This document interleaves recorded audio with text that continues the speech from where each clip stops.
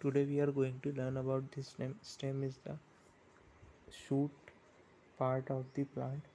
जो shoot apical meristem से बनता है, मतलब जो शूट एपिकल मेरिस्टम है वो नीचे कुछ सेल छोड़ता जाता है और ऊपर ग्रो करता जाता है, जिससे आपकी नई लीव्स निकलती है और आपके फ्लावर्स निकलते हैं उस और ब्रांचेस निकलती हैं। तो उसी में अब हम स्टेम के नंबर आता है।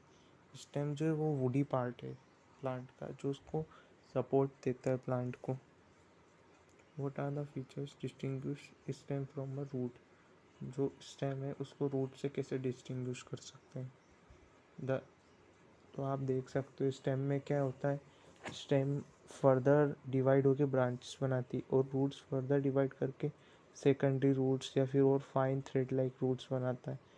और जो रूट्स है उसके बाद कुछ स्ट्रक्चर नहीं बनता है, बस रूट्स कंटिन्यूस ग्रो करती रहती है। पर जो आपकी स्टेम है उससे आपकी लीव्स उस स्टेम में बर्ड्स रहते हैं, उन बर्ड्स से लीव्स बनती है और फिर लीव्स फोटोसिंथेसिस करती है। और रूट्स आपकी जो रहती है वो फोटोसिंथेसिस नहीं करती है। रूट्स में क्यूटिकल एब्सेंट रहता है। स्टेम में जो है आपके पास लेंटी सेल्स रहते हैं। ठीक है, ये बहुत सारे डिफरेंस आप देख सकते हो। फिर मेन जो है the stem is the ascending part of the axis bearing branches leaves flowers fruits. It develop from the plumule of the embryo of germinating seed. Plumule बता दिया आपको, जर्मिनेटिंग सीड के प्रीम्यूल से बनता है ये। The stem bears nodes and internodes. जो stem रहती है उस पर आपके पास इंटर नोट्स और नोट्स रहते हैं। क्या स्टेम पे नोट्स किन्हें कहते हैं, जंक्शन पे। जैसे दो जैसे जो ब्रांच है उसके जंक्शन पे एक नोड हो गया, और जो डिस्टेंस है मतलब जो बीच का रीजन है एक नोड से दूसरे नोड के रीजन को इंटर नोड बोलेंगे। The region of stem where leaves are born are called nodes, and where internodes are the position between the two nodes. Stem bear buds. Stem जो रहती है उसमें बर्ड्स रहती है। जैसे एक स्टेम जा रही है सीधी, उसमें से एक ब्रांच डिवाइड कर दी तो वहाँ पे कुछ बर्ड्स रह जाते हैं जिसको आप बोलते हो एक्सिलरी बर्ड्स। उसमें से लीव्स निकल जाती है, फ्लावर निकल जाता है। ठीक है, जो आपका एक्सिलर हो सकता है टर्मिनल। जो टर्मिनल बर्ड रहते हैं उनको एपिकल बर्ड बोलते हैं। Stem is generally green when young. जब स्टेम यंग रहती है, जब वो ग्रीन रहती है, और जब वो मैच्योर हो जाती है, जब वो थिक वुडी हो जाती है जिससे सपोर्ट मिलता है, ब्राउन हो जाती है। The main function of stem is spreading out branches bearing leaves flowers fruits.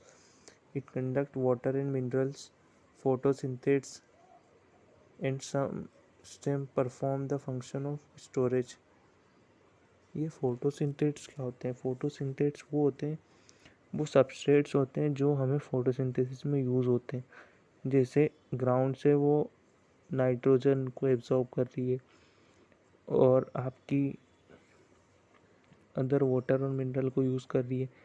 जिससे जो सबस्ट्रेट है वो आपके पास कार्बन डाइऑक्साइड हो गई, कार्बन डाइऑक्साइड हो गया, वाटर हो गया। वाटर भी एक सबस्ट्रेट की तरह यूज़ होता है फोटोसिंथेसिस में। तो वाटर एब्जॉर्ब कर रही है तो वो एक फोटोसिंथेट हो गया। ठीक है, और जो फूड बन रहा है फोटोसिंथेसिस के बाद वो उसका प्रोडक्ट हो गया, उसको स्टोर कर पाती है, रूट्स को देके स्टोर करती है। रूट्स के अंदर वो स्टेम के अंदर भी स्टोर होता है फूड, पोटैटो के अंदर। जैसे पोटैटो मॉडिफिकेशन ऑफ स्टेम है जिसके अंदर फूड एब्जॉर्ब होता है। कुछ स्टेम्स जो है वो मॉडिफाई हो जाती है प्रोटेक्शन के लिए, सपोर्ट के लिए। और वेजिटेटिव रिप्रोडक्शन, जैसे वेजिटेटिव प्रोपोगेशन किस में होता है, रोज़ में होता है और बनाना में होता है। वैसे ही प्रोटेक्शन के लिए वो थॉर्न्स बना लेती है बोगनवेलिया और सिट्रस में। थॉर्न्स मतलब होता है कांटे। और टेंड्रिल्स बना लेती है कुकुम्बर में, गोड्स में, इन सब में टेंड्रिल आ जाते हैं उसके अंदर। बेल जिसको बोलते हैं, जिससे वो क्लाइंबिंग कर सकती है। अब